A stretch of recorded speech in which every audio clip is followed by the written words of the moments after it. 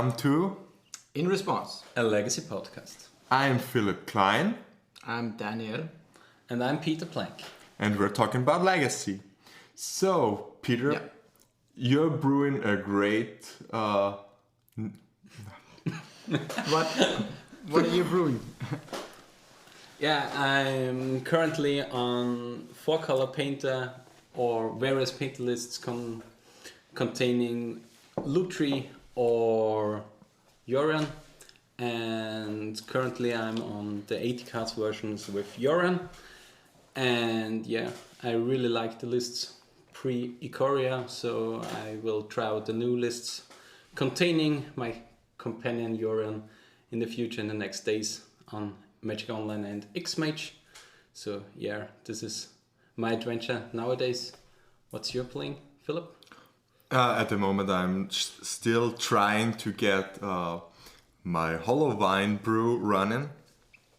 the especially spicy one. yeah, it's especially spicy because I cut the bolts yesterday.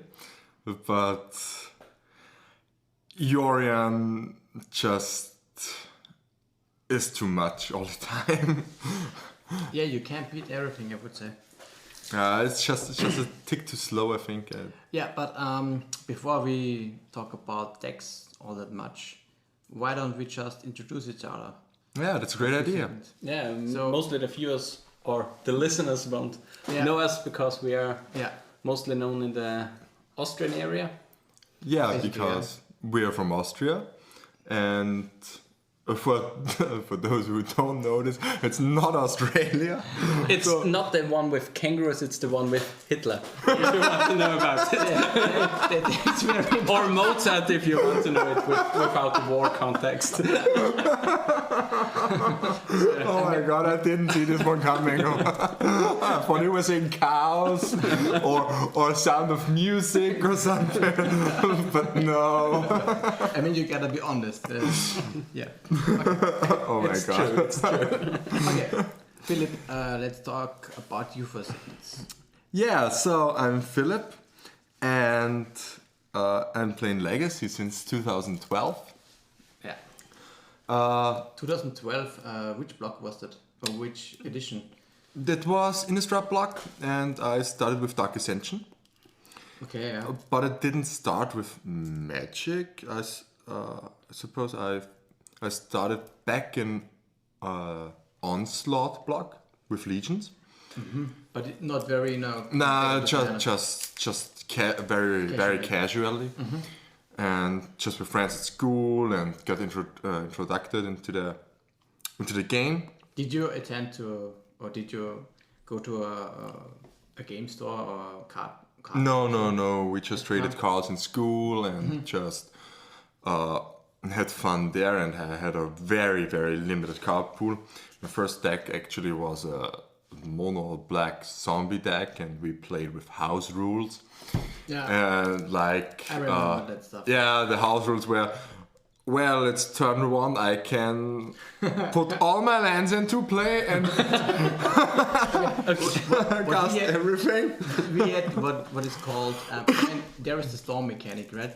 But we had a rule at school which you also called storm, which said that if you don't have any cards in your hand, you can draw 7 fresh new cards in your hand. Yeah, we also had this. We had that one too. We had it in Yu-Gi-Oh too. When we played, so it was I mean, it's pretty crazy fantastic. basic, right? If you think about it now. Yeah, if you think about it, It's crazy. with the knowledge we have now, it's just. I mean, we didn't know what the stack was.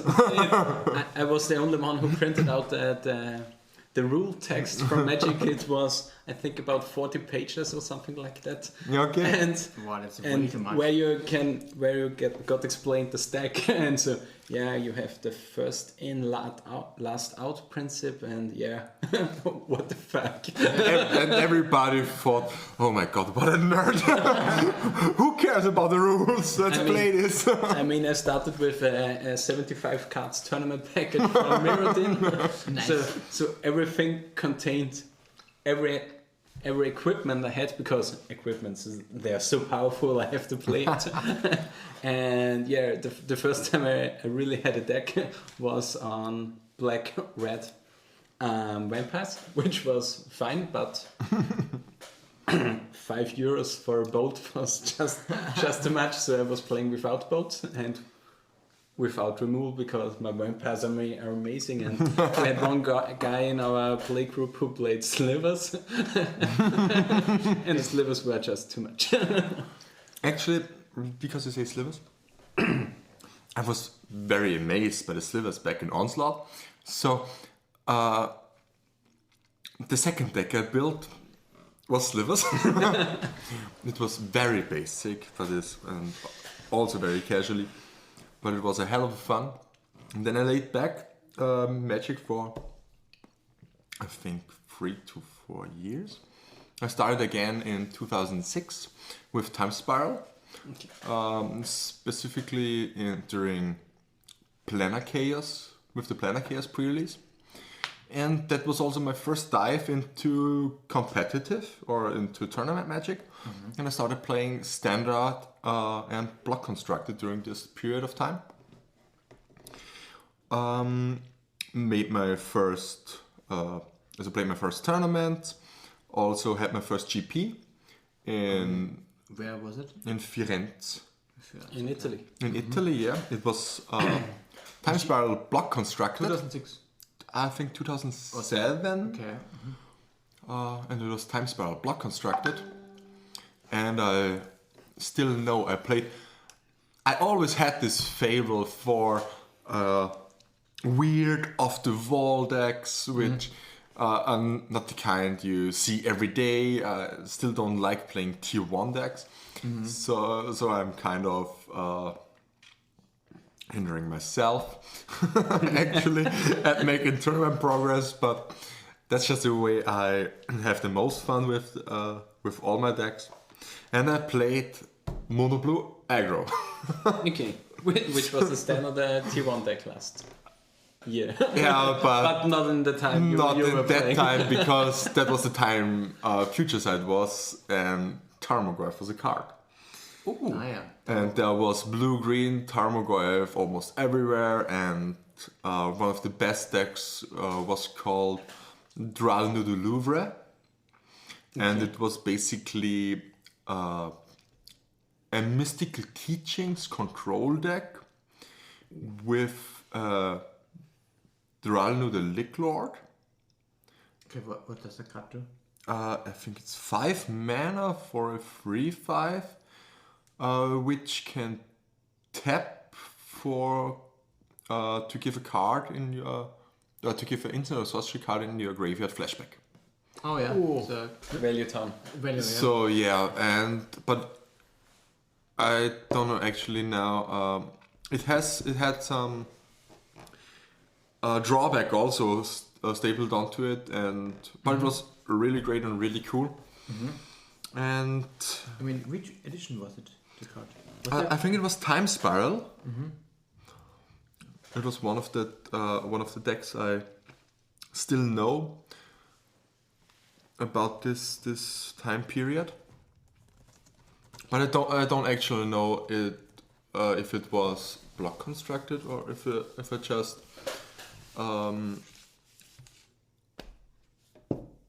think it was standard now. Yeah. I'm not sure actually, Okay. but But you didn't play that deck. You played Mono Blue. I played Mono Blue Aggro to a 3/5 finish.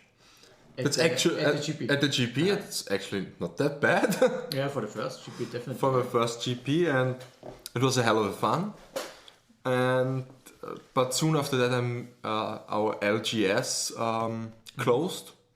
So I had other things to do. So I made another pause from MTG and started back again in 2012 with Dark Ascension. Extension, yeah. Okay.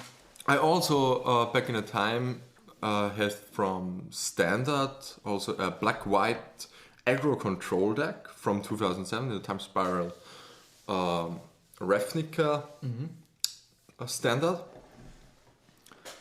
And I still had my Dark Confidence from that day. And I still have them now. So I've got to go away from me, which is nice. Yeah. And yeah, that was also great. And it was very funny because I took my standard deck from 2007 and went into the new LGS and simply got crushed by a standard deck. I got crushed by I think Red Black Vampires in the strat. Yeah, it could Yeah. be. Yeah. It was definitely a deck in that time. Yeah, Because it had the 3-mana Lord with First Strike. yeah, and Which the was 1 amazing. mana which grows whenever it attacks. Which can't be blocked by humans. Yeah, which can't be blocked by humans. And I still played my Savannah Lions and Dark Confidant and Castigate and what was the in Faith's Feathers, but yeah, still love this deck. It was great. But it was standard, so no legacy. So no legacy, At yeah. this point, yeah. And then I surfed the forums and I got into Modern for I think a week or something. I wanted to build Modern, yeah. And I had my actually I had my first legacy deck back in 2007. That was Fairy Tide. It's like Spiral Tide, but Time Spiral was banned at this moment. Yeah. So you played with Cloud of Fairies, but I never got to finish it. So I just had it on I think 75% finished, and the rest was proxies. And I had nobody to play Legacy with. Yeah. But that was my first dive into the format. And funnily enough, when I went into the LGS in 2012 to sell some of my old cards and to buy modern cards, one of our friends, Michael, Okay. said to me, "Yeah, why don't you come to us and play Legacy? And there's almost a deck like this." It was Death in Texas, which I tried to build with Leon and Arbiter and for Modern, yeah, and Thalias. And yeah, I traded for a good portion of the Legacy Death in Texas, proxied the rest, and we played in a basement Nice. for the first 2 years or so, and then we had a new LGS, which we have also now, and now we're sitting here. So yeah, then the whole story with the Lindsay Legacy Liga started. Yeah. That's true, that's But true. When did you originally had the idea to start a league like that? When did it, let's say, come to life? So we're talking about the league now? The league, The Lindsay yeah. Legacy Ah, okay. Legacy League, Yeah, for viewers, for our listeners, we have in Austria something like a legacy league where we can we have our weekly FNMs and have a rating system or a league system. So we and play in seasons, so we can determine who is the champion of this year, the legacy champion of the year, and we are going into the 6th season now in September, and hopefully we have a lot of seasons to come. And I first had the idea when we were driving to the Legacy Open to Vienna. And we were 4 people in the car, and I always had the urge to have something like Like a league. like a league, but more. I never liked the system like GPs or Pro Tours or something, because they are always just looked at the moment, yeah, because sometimes you just have a bad day and but that's not their skill. Yeah, that's not their skill levels. So They're more interesting in looking at the broad spectrum. at a broader spectrum, yeah. Because one tournament usually isn't enough to draw enough data from it. Yeah, So you definitely. need more matches to really determine who has the best skill. who's Who's the best player. Yeah, Yeah. simply who's the best player. And so the idea of the league was born. But there were some obstacles because we didn't have the right league format right away. Yeah. And so I just kicked back the idea for I think a year or two. But I always had the urge to do something like that, and then we just tried. We tried with test seasons. We tried with several systems and league formats and point ratings. Until we have seen that the point rating we have now and the point rating we have now is always improved. So yeah, let's see. 6 seasons now to come. Sixth season starts in September. Sixth season starts in Basically September. Sixth regular season actually, Sixth right? regular season. Yeah, we had Yeah. 2 test seasons, Yeah. season 0 and season 0.5, Yeah. which are still on the website. Yeah. Still available at lenslegacyliga.net. And yeah, also the coronavirus had unfortunately stopped our 5th season. Of course, yeah. Which was the first one that I think was elongated to Yeah. contain a whole year. Yeah, because at first the seasons were half a year with just 20 Friday Night Magics, 20 tournaments, and now we're trying to incorporate 36, I think. Yeah. With one large pause in the summer and one small one at around the winter holidays. Yeah, again. So what are your biggest accomplishments in Magic? Yeah, like I said previously, my first GP, the 3-5 finish at GP Firenze,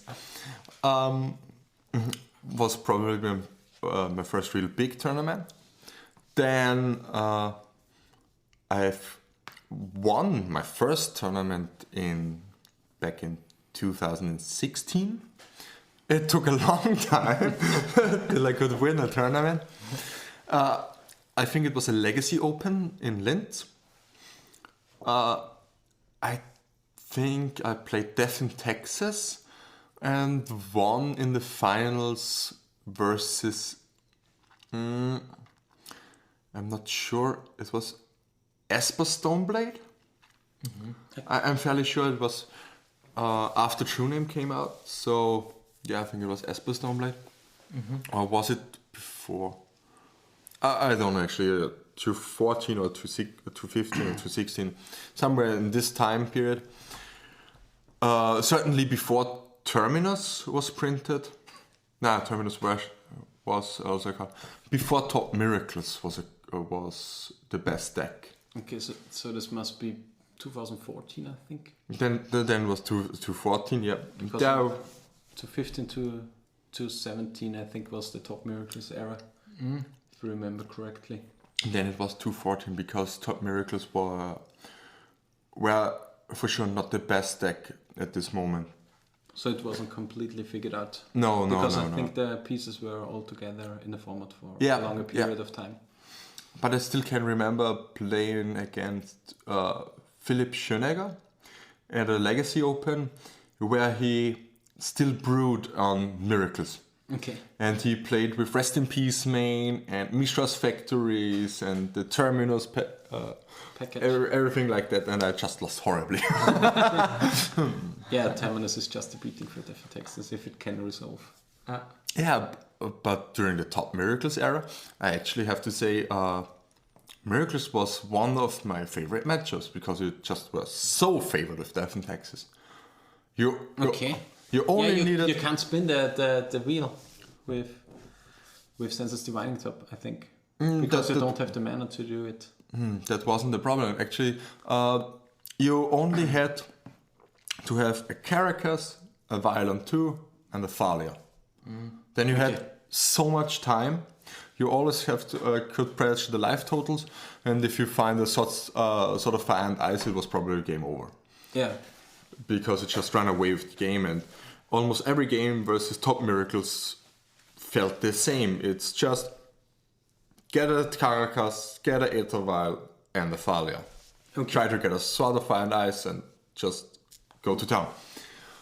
And yeah, then we went to GP Birmingham, I think in 2017 or 2018. I think it was 18. I think it... Yeah, 2018 I think also, yeah. I think it was November 2018. No, it was May. It was for sure May. Yeah, it was 2018 because it was in Legacy. And I think I started in December 2017 with Legacy. Okay, so... And I played That Guy Ale there. It was during the Deathrite Shaman era. And I played to a 5-3, so I could reverse the record, which is actually great. But it is an improvement, so... It's still my best GP result. So, and with no more Legacy GPs to come, I don't think I can top this, yeah? Yeah, it was one of the last opportunities to get a pro point, right? Yeah. Yeah, that's true. And then I went on to get second at the Austrian Legacy Championship in the same year, 2018, yeah. 2018, where I lost in the finals to 4-color Loam, where I played Let Dredge, yeah. Which was just a beating. He had always the turn 2 Scoos, and it was just too slow all the time. Yeah, and he played so perfectly. He said after the finals to me, he was a long-time Dredge player. And he even prepared Dredge for the tournament, but then chose to play for Color Alone, if I remember correctly. But until that, I was undefeated on this day, and Dredge was so the right pick for this meta. It was just great. And then back to last year, 2019, where we all know with the recent power creep with Oko and all the things. I also got to qualify for the Austrian Legacy Championship, and I could win this whole thing with Hogak this time, and precisely the Chant version, because I still think Chant is superior to Bug, just because of Faithless Looting's card is just so great. It does so much more than Heatrocrab. And I think it's undervalued, actually. And I played a very, very interesting finals versus Nickfit? Bug Nickfit with Oko. Was it like the Zenith Oko version?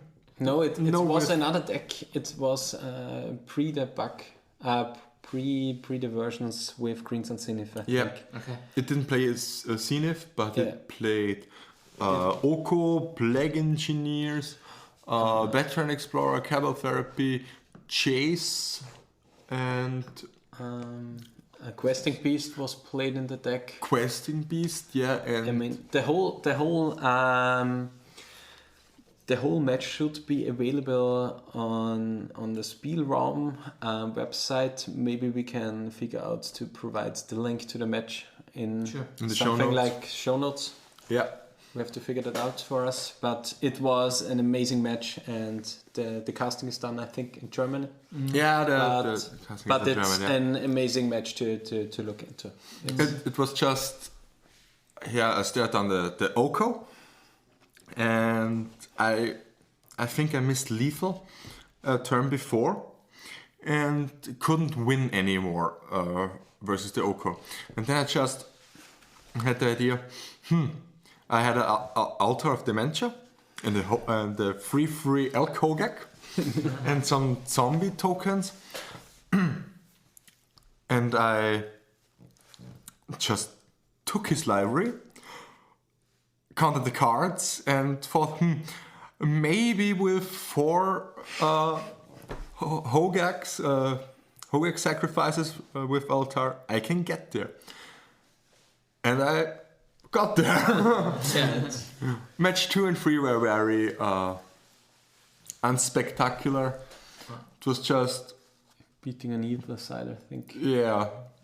I think match 2 was just me drawing nothing and he just steamrolling me. And game 3 was he mulled to leyline. I had the answer for leyline and combo kill turn 2.